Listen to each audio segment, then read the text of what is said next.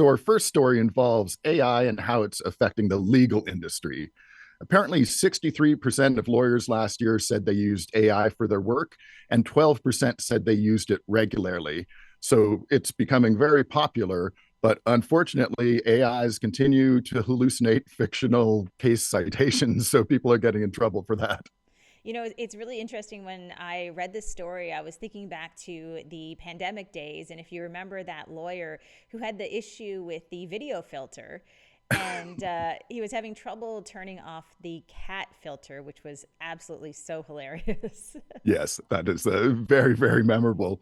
Well, things have gotten, that they may not be the most technical savvy group, but they're starting to pay attention to this because there has been something like at least 7 cases over the past couple of years where courts have found lawyers using AI and having these fictional AI hallucinations quoted in court. It's resulted in thousands of dollars of fines. And a U.S. personal injury law firm, Morgan sent out an urgent email this month to its more than 1,000 lawyers saying, hey, AI can invent fake case law, and using made up info in court can get you fired, as it well should.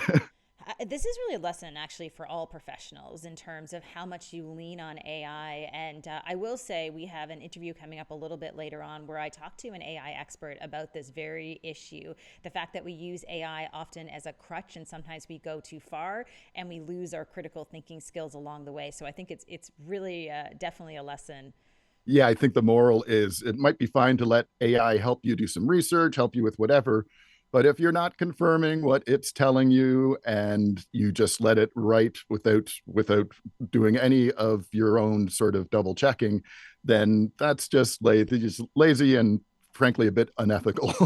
Well, I don't want to call AI dating and dating apps lazy because I believe that's how you met your partner. So It is. no judgment here. But it's amazing how much these dating apps have really evolved and how much AI is really front and center. I'm curious what you think about this in this news story in terms of the evolution of AI on the dating front.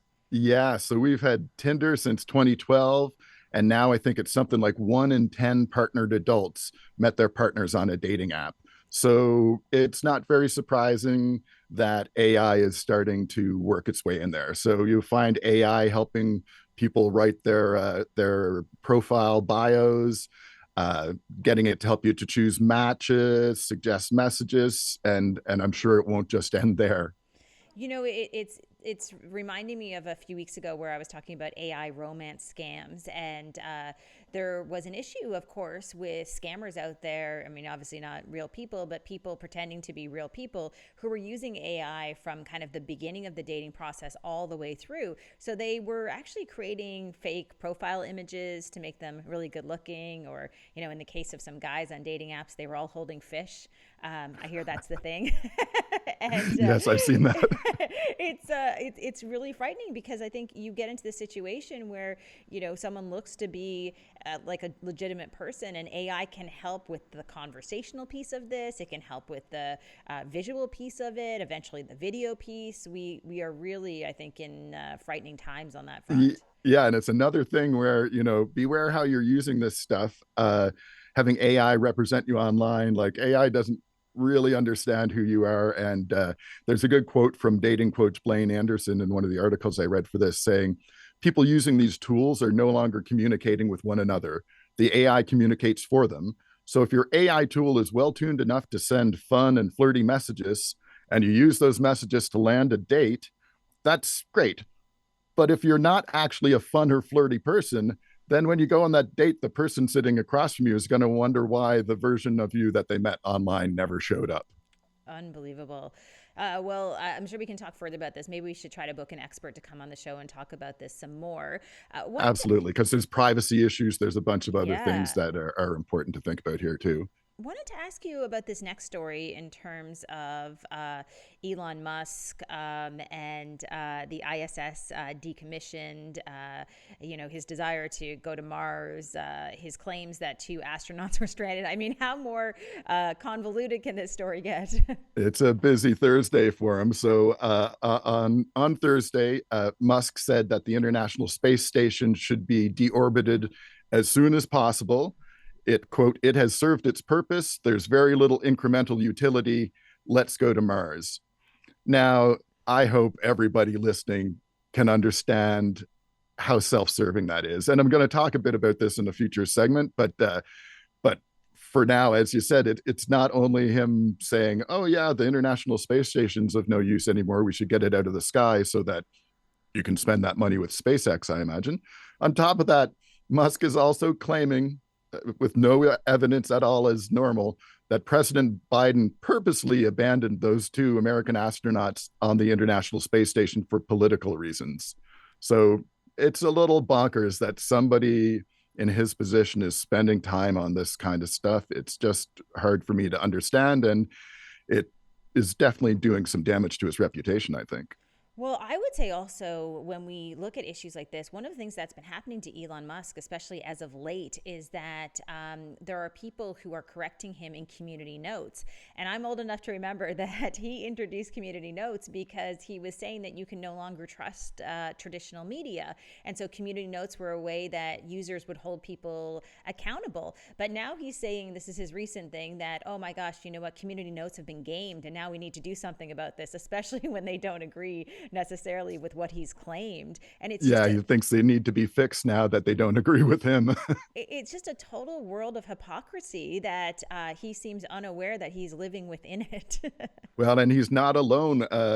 You turned me on to an article from Pew Research that was looking into how polarizing people like Elon Musk and Mark Zuckerberg are. And the stats are a little alarming. So 67% of adults under 30 hold an unfavorable view of Musk, and about half of those 30 and up feel similarly. Whereas, strangely enough, slightly more don't like Mark Zuckerberg. 7 in 10 adults under 30, 72% of those age 30 to 49 have an unfavorable opinion of him, and then 62% of 50 and older. So these guys aren't doing themselves any favors in the personality department. It was really interesting to look into this research from Pew because it talked about who was the most polarizing. In many cases, it was Elon Musk who tended to actually evoke the biggest reaction or feelings from people. I was actually sort of surprised to read that among Republicans, because this was one of the groups that they surveyed, that what they found is that Republicans under 30 had a pretty unfavorable view of Elon Musk. Only about half of them saying that they did like him, the other half saying, no, you know, we have an unfavorable view of him. And I would have thought, based on what you're hearing in the news media, that younger male, more Republican audience, they just loved Elon Musk. But what we see in this research is that it's actually older men. It's not so much the younger generation. Yeah, I don't think young people are, they're not holding firmly to these beliefs because it can be very changeable, and they're just figuring some stuff out themselves. So obviously they need some time to understand how this affects their lives.